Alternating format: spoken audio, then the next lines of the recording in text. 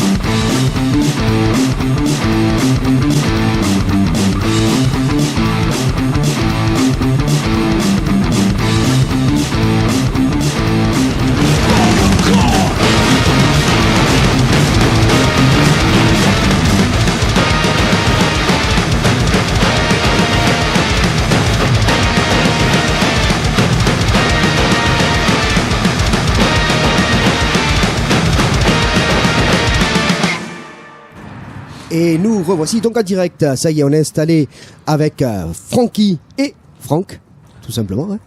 Et Thierry, pardon, Francky et Franck, je suis fort, moi. Avec Franck et Thierry. Oh. J'avais qu'il y avait un Y par là qui traînait à la fin, tu sais. Alors le mélange des deux, à un moment donné, au niveau des infos, ça bug. Du groupe Les Tambours du Bronx. Alors le groupe, ouais, tu m'as dit pas en faire l'historique, mais il faut que bien les auditeurs sachent d'où vous venez. Ça va pas te rajeunir et moi non plus d'ailleurs. 1987. C'est à Vosel, très exactement dans la Nièvre, que le groupe est né. Apparemment, vous êtes issus, ou l'idée est issue des quartiers plutôt pauvres et ouvriers de l'époque, les quartiers SNCF, qu'on appelait le Bronx. Oui, en gros, c'est ça. En gros, c'était une bande de potes qui habitaient dans ces quartiers-là. Et on faisait tous, on n'était pas forcément tous percussionnistes, mais tous, il y avait une grosse énergie à cette époque, dans les années 90, justement, là, on est à l'époque alternative. Il y avait beaucoup de rock and roll, beaucoup de petits groupes de rock, et il y avait pas mal de mecs qui faisaient de la musique, qui jouaient de la guitare, qui chantaient.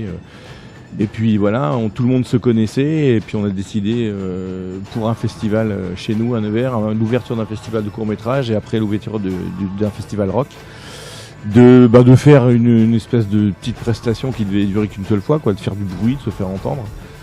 Et puis les gens nous ont entendus en fait. Et puis voilà, ça nous a surpris aussi bien nous que les gens, quoi. On s'est dit putain, il y a quelque chose à faire en fait avec ça. Il y a un potentiel là-dessus. Il y a un potentiel et tout. Et puis on a rejoué pour d'autres choses, voilà. Et on est encore là. À l'origine, vous étiez combien? Quelque chose après. Au tout début, je te dis, on a fait des concerts au tout début à 20, 25. Quoi. Ah ouais, quand même. D'entrée, il y avait quand même autant de monde. Il y avait que des bidons, quoi. Donc c'était assez facile. On arrivait avec nos bidons, le camion, les bidons, on se déposait n'importe où. Ouais. On a fait une première au Festival du Printemps de Bourges, une année, je me rappelle, où on est arrivé justement à la Sauvage avec les bidons. On s'est mis devant la Maison de la Culture. Et on a eu un public voilà, les gens nous entendent de loin. Ça interpelle, bien sûr. Les gens arrivaient, quoi. Et l'année d'après, ils nous ont programmé au chapiteau avec justement les garçons bouchers et tout ça. Le pavillon de la boucherie, qui est devenu le pavillon des Bronx d'ailleurs. Boucherie Production. Boucherie Production. Mais je crois qu'il passe dans le secteur dans pas longtemps. C'est possible. Oh, François ouais. Toujours là. Qu'est-ce que je voulais dire? Une question m'interpellait, c'est quand on se décide à retrouver 20 potes ou 25 potes à mettre des bidons et taper dessus. Qui est le chef d'orchestre? Comment se composaient les premiers morceaux, tu sais? Parce que bon, au départ, il y a du bruit de partout. Mais pour structurer et que ce soit mélodique pour soi déjà, mais surtout pour le public, comment ça se passe? Au départ, c'était quelque chose des morceaux assez simples, quoi. En fait, vraiment, il y avait 2-3 personnes qui trouvaient un petit truc à faire. En général, les morceaux sont composés en 3 parties, tu vois, sont up. Et puis quelque chose d'assez simple, parce qu'à 25 déjà, tu peux pas improviser, donc il faut que chacun fasse ce qu'il a à faire. Et puis voilà. Puis après, c'est vrai qu'au début, il y avait un chef d'orchestre, quelqu'un qui était au milieu et qui faisait office de chef d'orchestre, ouais. En fait. Mais tout le monde connaissait ses parties. Enfin, je veux dire, voilà, c'était. Et puis après, bon, on a évolué, on a envie de faire autre chose et on a eu envie aussi de plus avoir de chef d'orchestre, justement que tout le monde aille un petit peu partout, change, voilà quoi. Pas mal d'évolutions dans le groupe, pas mal d'albums. Ça a démarré, je crois, très rapidement. En 92, le premier, si mes souvenirs sont exacts. Oui, par là, c'est bien possible. À quelque chose de là, ouais. C'est pas du bidon ou un truc comme ça. Là. Voilà, c'est ça. Le premier, c'est pas du bidon. Et du coup, ça a monté en puissance. On est sur 2 derniers albums en ce moment. On en a un sorti en 2015 qui s'appelle Choros. On en a un qui s'appelle Womp. Et là, Franck, tu vas me reprendre. Exactement. Alors, ça veut dire Weapons of Mass Percussion. Armes de percussion massive. D'accord. Choisi par qui? Pourquoi? C'est moi qui avais ce slogan en tête depuis longtemps, et quand on a eu l'idée de mélanger la puissance des percussions urbaines avec le métal, je trouve que le slogan et que ça marchait bien comme un titre d'album, donc on a gardé cette formule. Ça marche bien, je te le confirme. On dit souvent dans la presse ou dans les radios que c'est de l'électro percu indus. Est-ce que vous êtes d'accord avec ça, ou est-ce que ça peut être complété encore? Après, il faut bien mettre un nom sur quelque Oui, chose. c'est ça, c'est ça. Oui, enfin, parce qu'on est en France. Oui, c'est ça, on a bien C'est identifié. très français Mais c'est ça, de mettre c'est- une étiquette. Mais c'est vrai que- c'est bon, vrai que- oui, pourquoi pas, oui, effectivement, parce qu'on fait pas, on n'a pas vraiment toujours fonctionné comme un groupe de rock en fait. Même quand on faisait que de la percu, que de bidon, on venait tous du milieu un petit peu rock'n'roll, donc on a toujours un peu fonctionné comme ça. Pas vraiment en groupe de percussion classique, on va dire. Et voilà quoi, ça, pourquoi pas, oui, percussion urbaine, on va dire plutôt à la limite. Ouais. Au fil de vos rencontres, on a parlé tout à l'heure d'une reprise avec Prodigy, qui s'appelle The Game is My Enemy, que vous avez faite. Pourquoi ce choix par rapport à Prodigy?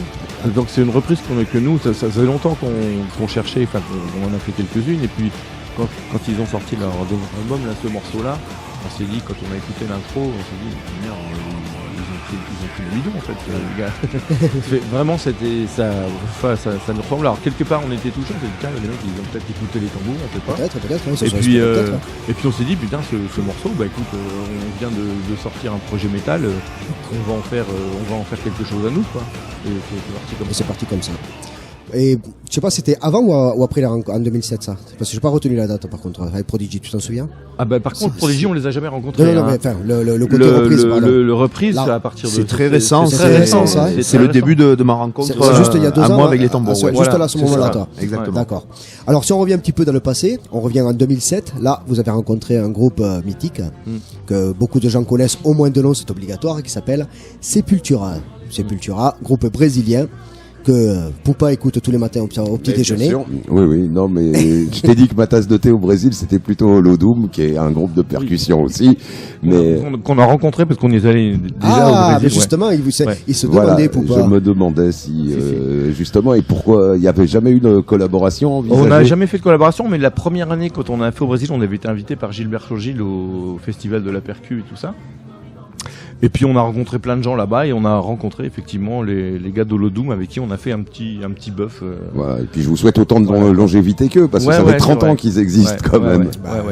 Depuis 87, c'est pas loin. Hein. Nous, on en est à 33. C'est quoi. ça, hein. Il est pas loin, hein. Bah, Depuis plus que 87. 30 ans, puisque Eh oui. c'est Oui, 79, leur premier, ouais, le c'est ça. premier album, c'est en D'accord. 79. Ouais, ouais. Non, oui, on est plus. Oui, oui. Mais ouais, c'est vrai. Tu veux te rajeunir, mais faut pas, ça Ce marche nom-là, pas. Holodum, me dit quelque chose. Donc, vous les avez rencontrés aux Arsenic à l'époque. Avec eux, vous avez fait Kairos et surtout le Rock in Rio. Et également un gros truc au Times Square, apparemment. Impressionnant, puisque là, on est quand même sur beaucoup de monde. On est plus sur un festival qui tourne autour des 200 000 personnes annoncées. Qu'est-ce que ça fait à ce moment-là de jouer déjà avec Sepultura et de se retrouver là? Ouais, ben c'était quand même une rencontre assez. Ouais, c'était bien quoi. On les a rencontrés au Lézard Scénique, Festival des Lézards Scéniques, et en fait, le guitariste a vu notre concert et il a trouvé ça hyper puissant, et il s'est dit, il faut qu'on fasse quelque chose ensemble, quoi. Donc on a commencé à s'envoyer des petits mails avec des morceaux, faire rajouter des petits trucs dessus. Et puis en 2011, on a fait une première partie de leur concert au Rock in Rio. Qu'on a refait après en 2013, qu'on a fait vraiment un concert ensemble d'1 heure, quoi, vraiment du début à la fin, quoi. Qu'est-ce que ça fait? Bah, ça fait bizarre quand même de te retrouver devant 200 000 personnes. Nous, c'était un peu la première fois que ça nous arrivait. Ouais. Alors à la fois, tu flippes un peu, et puis en fait, c'est tellement grand, c'est tellement immense que le premier rang, tu le vois pas. Donc t'es sur la voilà, scène, après tu te lâches, quoi. D'accord. Franck, oui. Toi, tu viens du groupe Dagoba. Exactement. Dagoba, allez, raconte rapidement qui est Dagoba. Dagoba, c'était le nom vient de Star Wars. C'était un groupe qu'on avait monté 97. Donc moi je suis de 80, on était minots qu'on a démarré ça. Et j'ai joué dans ce groupe à peu près 20 ans. Ouais. Après là on s'est séparés il n'y a pas longtemps. Le groupe continue, d'ailleurs je leur souhaite une excellente continuation. Et à ce moment-là, moi j'avais toujours quelques groupes de métal. Je suis vraiment issu de ce milieu musical, métal, hard rock. Et je connaissais bien sûr les Tambours du Bronx de réputation. J'étais allé les voir en concert quelques fois. Et j'avoue, quand j'avais vu la collaboration avec Sepultura, je m'étais pris une claque énorme et je me disais toujours au fond de moi, waouh, ça doit être une dose d'adrénaline gigantesque de jouer avec les bidons, de la vraie batterie, mais de jouer, d'accompagner les bidons. C'est ça. Et je suis gros fan de Sepultura, donc le mélange pour moi était parfait. Déjà, la musique de Sepultura était tribale à la base, Oui. donc avec les bidons, ça s'y prêtait à merveille. Et je me disais toujours, waouh, ce serait le feu de tenter ça. Et du coup, j'ai la bonne idée de commander, comme un simple client, un DVD des Tambours du Bronx sur leur boutique en ligne. Et je reçois avec... à l'époque, j'étais encore dans Dagoba, parce que je reçois une carte assez marrante qui dit « Si tu te fais chier avec Dagoba, on t'embauche. » Qui a osé faire ça? Je crois que c'est Sid. Ah oui, mais qui Allez, ouais. C'est le bassiste actuel D'accord. des Tambours du Bronx, mais percussionniste dans le show classique. Ok. Et donc en fait, il y avait quelques membres des Tambours du Bronx qui connaissaient Dagoba et qui étaient fans de métal, de rock. Ouais. Et du coup, on a sympathisé comme ça, je les ai rencontrés. Et quand j'ai arrêté Dagoba, les Tambours du Bronx avaient envie de tester autre chose. En plus, toujours et en parallèle de leur show classique qu'on va donner ce soir, Ouais. ils voulaient tester quelque chose de plus rock, de plus métal, un peu comme l'aventure Sepultura, mais version française. Disons que c'est parti, enfin je te coupe 2 secondes, c'est parti de là, parce qu'avec Sepultura on a fait ce show. Et normalement, ce plateau aurait peut-être dû tourner ailleurs, aussi bien en Europe et tout ça. Mais bon, c'est un plateau assez important, et Oui, c'est- assez coûteux, je pense. Mhm. Donc on s'est dit, on va le faire nous-mêmes, en fait. Et du coup, bah oui, t'as qu'à faire. Hein. C'est vrai que Voilà. on est mieux servi que par soi-même. Et comme on avait des guitaristes, comme je te disais dès le début, on a des guitaristes dans le groupe, on a des bassistes, voilà quoi. Il ne Et- restait plus qu'à trouver des chanteurs et un batteur. Et justement, là, vous êtes adjoint les services quand même d'un chanteur un peu connu en France. Je vois pas de qui tu veux parler. Un certain Renaud. Renaud. Mais pas l'alcoolique, hein. Oh, comment il est. Pas l'alcoolique, pas Renaud l'alcoolique. Ah non, non, Renaud, ici, non, c'est non, ça. R-E-U-N-O, le Ouais. chanteur de l'Ophophora. Moi, j'aime bien Renault aussi. Hein. Ouais, j'ai vu. J'aime les deux. Voilà. bah, Les deux Renault sont bien, ouais. Donc du coup, oui, c'est vrai que collaboration avec Renault, ça continue du coup sur le côté métal avec Bien Renault sûr. ou ouais, au cas Oui, où. oui, Oui. on a 3 chanteurs parce que bon, comme Renaud, il est pas mal occupé aussi, Bah, quoi. Il a quand même pas mal de groupes. Il y a Stéphane Doriez aussi De l'Out Blast. qui fait L'Out partie Blast, de ah oui. voilà, qui Ok. fait partie de l'aventure. Et le petit dernier, qui maintenant commence à être Très présent. très présent d'ailleurs, c'est Ça y est, il connaît les paroles maintenant. Renato, ouais, Renato Di Falco, Mhm. Di Falco. Di Folco. Et, Flame. voilà, Que vous avez qui trouvé joue- au qui- Brésil ou quoi À Valence. à Valence, qui joue dans Flayed aussi, et qui remplace un petit peu. Donc du 109 entre guillemets pour relancer un petit peu la machine des tambours du Bronx. Toi qui es plutôt plus jeune par rapport à la différence d'âge que vous pouvez Ouais. avoir tous les deux, qu'est-ce que ça t'apporte?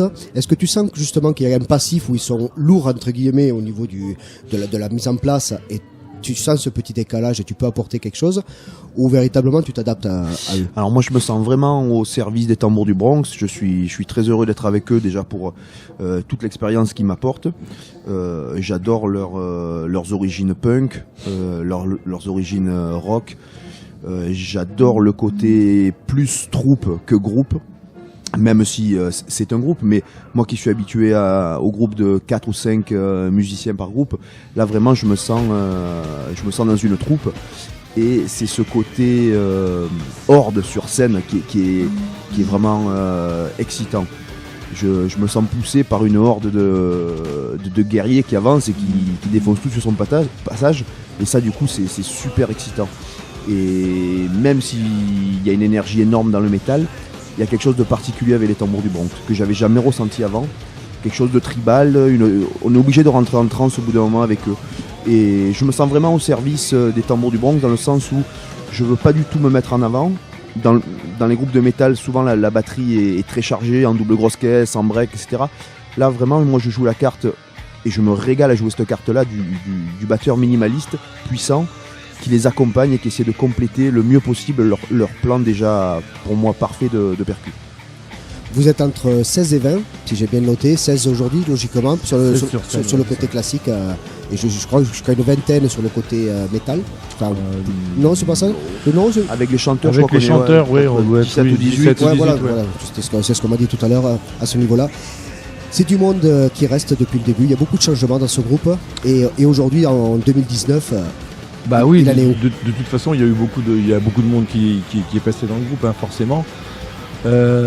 Après, il y a ceux qui sont partis parce que bon, ils ont envie de faire autre chose. Il y a ceux qui se portaient pas de faire du camion, voilà.